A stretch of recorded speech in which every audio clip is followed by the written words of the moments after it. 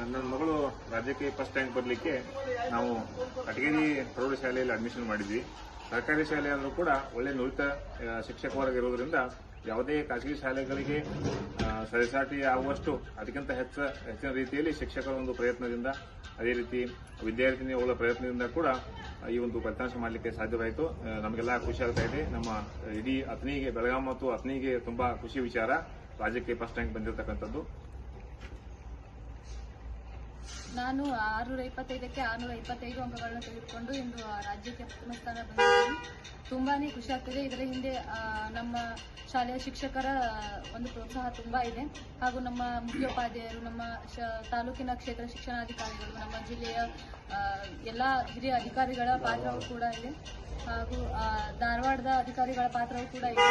ಹಾಗೂ ನಮ್ಮ ಮಂಡಳಿ ಬಿಟ್ಟಿರುವಂತಹ ಮಾಡೆಲ್ ಕ್ವಶನ್ ಪೇಪರ್ಗಳು, LBAಗಳು ಹಾಗೂ ಪ್ರಿಪರೇಟರಿ ಕ್ವಶನ್ ಪೇಪರ್ಗಳು ತುಂಬಾನೇ ನನಗೆ 625ಕ್ಕೆ 625 ಅಂಕಗಳನ್ನು ತೆಗೆದುಕೊಳ್ಳಲು ತುಂಬಾ ಸಹಕಾರಿಯಾಯಿತು.